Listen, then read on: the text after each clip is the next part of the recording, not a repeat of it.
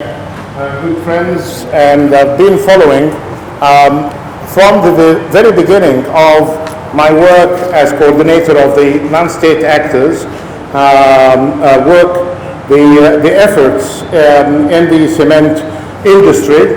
I'm happy that issues related to decarbonization are being taken seriously. I had a very good discussion earlier this morning with Minister Alok Sharma and other ministers and members of delegations and leaders in the sector as well, telling us about what we should be doing in decarbonization at large. Cement came at either number one or number two in the efforts required for decarbonization going forward. There are three things I'd like to share with you at this stage, and then try to be very much efficient about that. The first is basically about the support coming from the global initiatives, including JETP and the work of G7, of course, behind that. The many initiatives about green buildings, green architecture, and about the resilience of infrastructure that needed to be of support as well to this sector. What I like to see in the JETP, instead of just focusing on decarbonization at a country scale, there is more opportunities and low-hanging fruit in the hard-to-abate industries, including cement, steel, fertilizers, and shipment. I've been in discussions many times. We got some nods of approval, but so far we haven't really seen any kind of actionable measures with dollar sign attached there to get the kind of support required for decarbonization. The science is there to do it, and you are in the industry, you know this more than anyone, but you need funding of concessional form if you are working in a developing economy, or in affordable commercial basis if you are working in other places. So I think this discussion needs to continue, and we need to see these kind of positive nods to be translated into actionable measures with support of finance. Then we see as well some good announcements from some of the OECD countries, like more recently the announcement of the Canadian government for a cement breakthrough. We could recognize that. When I say we, it's basically the champions and the non-state actors, as a great step forward. And my hope is that many countries, G7, G20, G193, can do really more on that. We need, this is quoting some figures from the professionals and the team, that we need at least 20 commercial scale low carbon cement plants with carbon capture by 2030 in full operation, representing 160 million cubic meters of concrete produced per year. We are clearly off track to achieve that, and I'm happy to see some of the main players in this sector as part of the race to zero. But again, we need to see more action, because the recent updates coming from WRI and IEA telling us that cement sector transition is still off track.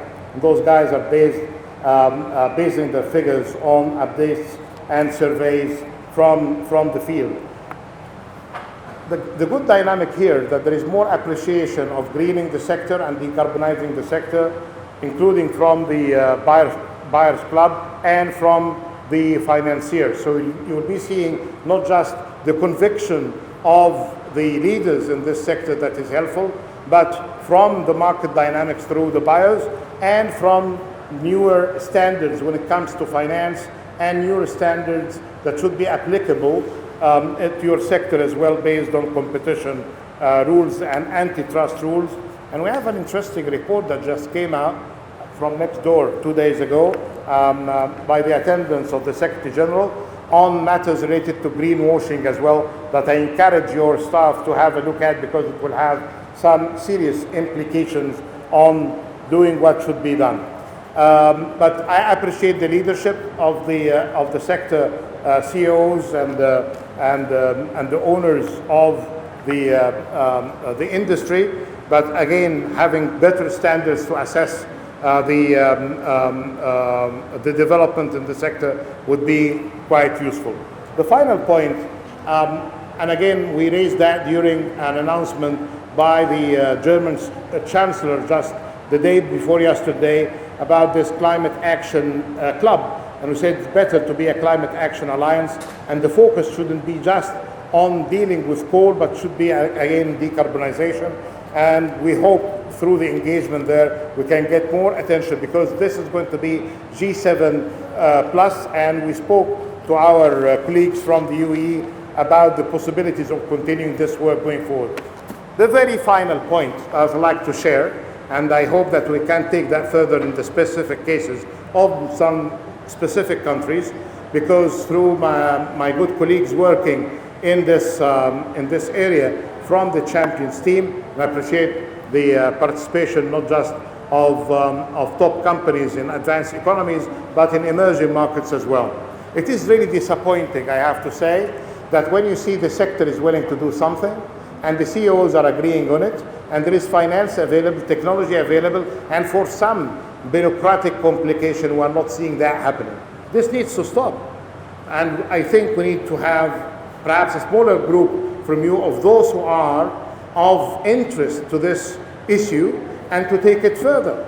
If a discussion or dialogue with a sub-ministerial level is not getting what we want, we need to go to our minister, we need to go to our prime minister, and perhaps to go to a head of state to tell him, well, thank you so much for your leadership, but there is some sort of promise, especially that we are coming out from an implementation COP with promise of getting matters into action.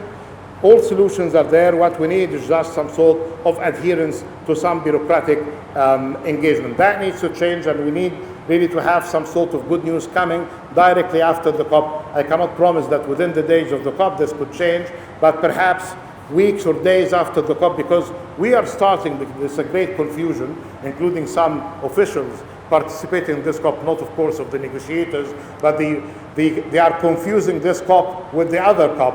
This COP is starting with the mandate of the host from this day until we deliver the whole thing to our host in Dubai, safe with high flags. The other COP that will be in Doha in a few days is the other way around. You qualify, you work hard, and then you get the trophy. Anyways, it's a process, and I'm happy to be partnering with you in this. I'm not happy about the progress globally, but we need to build on the good commitments, but it's going to be happening at the country level. So let's take it country by country, and to build on your commitments and support, and all of these triggers from finance, from regulations, from dealing with greenwashing matters, and the expectations of the general public, which is the main driver behind all of what you work. Having said that, I'm very, very grateful to your leadership, but we'll work with you even closer to get things done. Thank you so much.